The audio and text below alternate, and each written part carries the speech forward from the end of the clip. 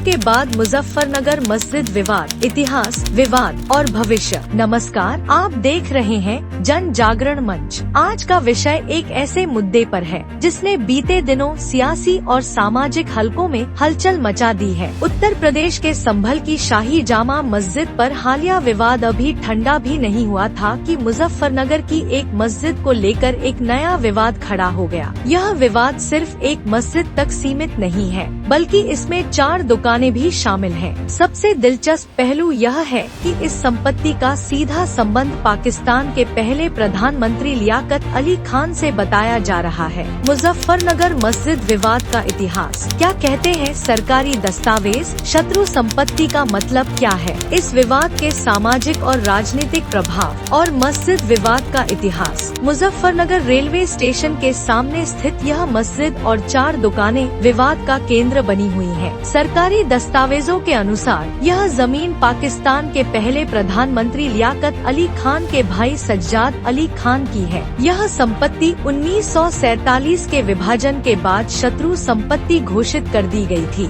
दस्तावेज बताते हैं कि 1918 में रुस्तम अली खान ने इस जमीन पर कब्जा किया था। रुस्तम अली के पुत्र लियाकत अली खान ने आगे चलकर पाकिस्तान के पहले प्रधानमंत्री का पद संभाला, लेकिन विभाजन के बाद जब लियाकत अली खान पाकिस्तान चले गए तो भारत सरकार ने उनकी और उनके परिवार की संपत्ति को शत्रु संपत्ति के रूप में जब्त कर लिया। मस्जिद और दुकानों की वैधता पर सवाल। आज का विवाद इस बात को लेकर है कि क्या यह मस्जिद और दुकानें वक्फ बोर्ड की संपत्ति हैं या यह अवैध कब्जे का नतीजा है। वक्फ बोर्ड का पक्ष। वक्फ बोर्ड और मुस्लिम पक्ष का कहना है कि यह संपत्ति धार्मिक उद्देश्यों के लिए दान की गई थी। उनके पास 1937 के दस्तावेज हैं जो इस दावे को प्रमाणित करते हैं। सरकारी पक्ष। सरकारी जांच में पाया गया कि मस्जिद और दुकानें शत्रु संपत्ति के तहत आती हैं। शत्रु संपत्ति क्या है? शत्रु संपत्ति भारत सरकार का वह कानूनी प्रावधान है जिसके तहत विभाजन के बाद पाकिस्तान या चीन चले गए लोगों की संपत्तियों को जब्त कर लिया गया। 1968 में पारित शत्रु संपत्ति अधिनियम के अनुसार यह संपत्ति भारत सरकार की होती है और उस पर किसी अन्य व्यक्ति या संस्था का अधिकार नहीं हो सकता। मुजफ्फरनगर विवाद में यही तर्क दिया जा रहा है